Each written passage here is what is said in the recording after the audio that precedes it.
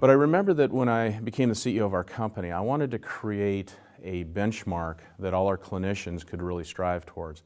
So we had a relationship with the North American Institute of Manual Therapy, and we felt that since we had some fellows of that organization in our own company, that perhaps we would follow their model to get our clinicians up to a level that we were comfortable with.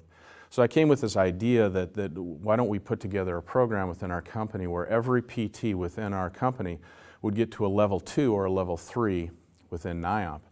And Dan Jones was sitting on the board, and he was very excited about this. He was a great clinician and a great learner himself, and he said, this is a great idea, so let's really get this going. So I remember that Dan had announced that he was going to retire in June of this particular year. Of that same year, in January, he called me up and he said, Steve, where are we on this NIOP relationship?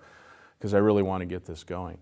And I said, well, you know, we're working with the NIOP board and we're working out a few of the details, but I think we've got a good business plan going forward, and so I think we'll be able to launch it here in the next month or two.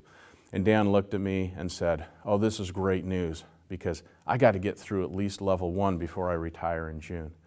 And to me, that's just a perfect example of a lifelong learner, somebody that was learning and growing and building their personal mastery up until the day they retired. Those are the kind of people I want to work with. Those are the kind of people I want to surround myself with. So, you know, and Dan was a very accomplished clinician. I mean, he hadn't gone through NIOP as an organization, but he'd gone through many manual therapy courses and was a skilled clinician.